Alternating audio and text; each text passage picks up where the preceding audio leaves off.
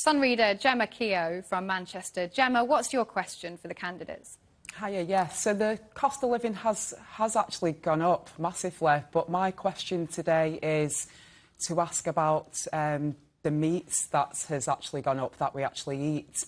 I mean, I used to be able to go to the shopping every Monday to Sunday and get, you know, quite a lot of different meats where the price of meat has gone up. So I'm thinking, should we turn to vegetarian? And because we all love meat, but I'm not able to afford it as much as what I used to do. So I used to go to the shopping store and used to get meat Monday to Sunday, mainly steaks and steaklets.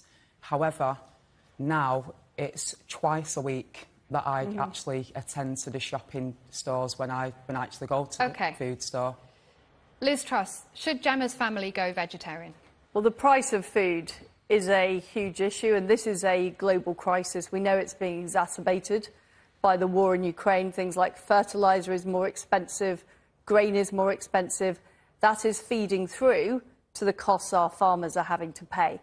And one thing I would do is reduce the red tape on farmers, focus on food production, because this is an important issue to help families across Britain and help make life more affordable for families across Britain.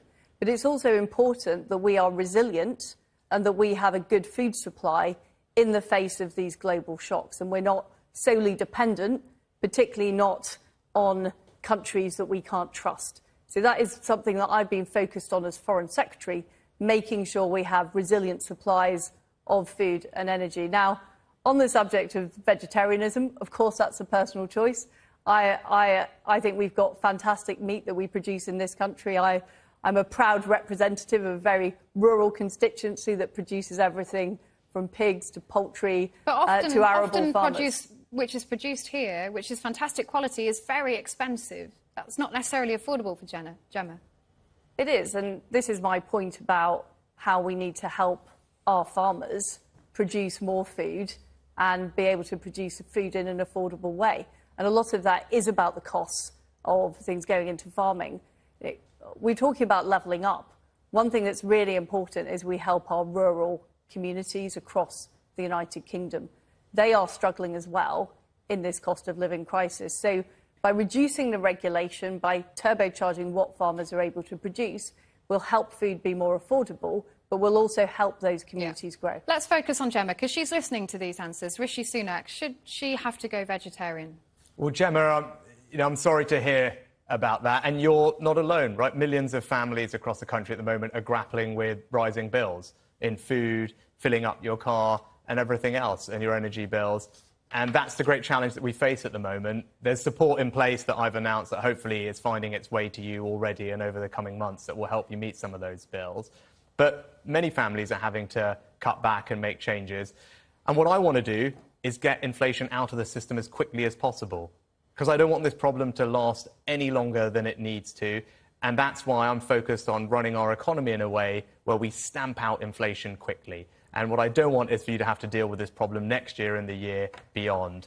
And with regard to food, the one specific thing I think we can do is make sure that we hold supermarkets to account, because our farmers, and I represent also a very rural patch with lots of farmers, we want to make sure that the supermarkets and all the other people in the supply chain are being fair in how they price these things, and that no one is taking advantage of the situation to pass on price rises that aren't necessary. And that's what I would do as Prime Minister, is hold everyone to account to make sure you get the cheapest possible prices for the food that you buy. Rishi Sunak, very briefly, how quickly could you make that happen? Because it's all well and good saying that you could work with supermarkets, but Gemma cannot afford to buy meat right now, today.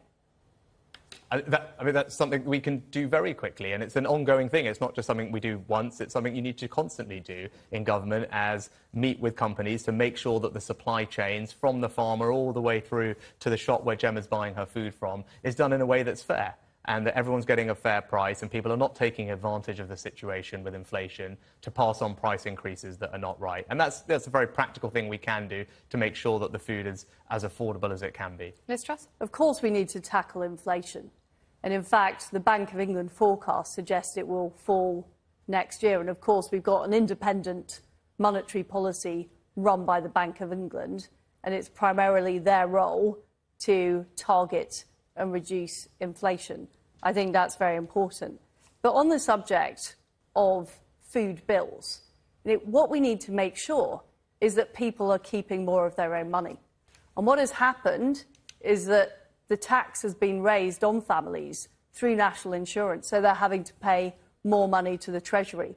I do think it is morally wrong at this moment when families are struggling to pay for their food that we have put up taxes on ordinary people when we said we wouldn't in our manifesto and when we didn't need to do Rishi so. Sunak, is that morally wrong? This inflation is a global problem. It's incredibly important we continue to face down Vladimir Putin to end this appalling war, which is causing some of this food price inflation. On that. Is it morally wrong? I think what's morally wrong is asking our children and grandchildren to pick up the tab for the bills that we're not prepared to meet. And if we're now going to have this conversation, that would be great, because I think we all knew that we did a lot to support the country through COVID, and I don't think anyone thought that there wouldn't be a bill to pay for that. So the question is, who's going to pay that bill? And we had a question right at the beginning about corporation tax. And I think it's entirely reasonable to ask the largest companies in this country, just the top 10% of companies, to pay a bit more because they received a lot of help during the pandemic. And as we think about, well, how do we fix this problem? How do we fund the things, the public services that we rely on? Is it reasonable to ask the biggest companies in the country to pay a bit more tax? They still will pay a very generous rate of tax compared to most other countries, so it's very competitive and fair. But I think it's reasonable to ask them to contribute to helping us fix the problem. Liz, and that Liz wants to cut the taxes for big business. Well, I don't think that's fair. With regard to, if I could just finish this question about what's morally right and wrong, right?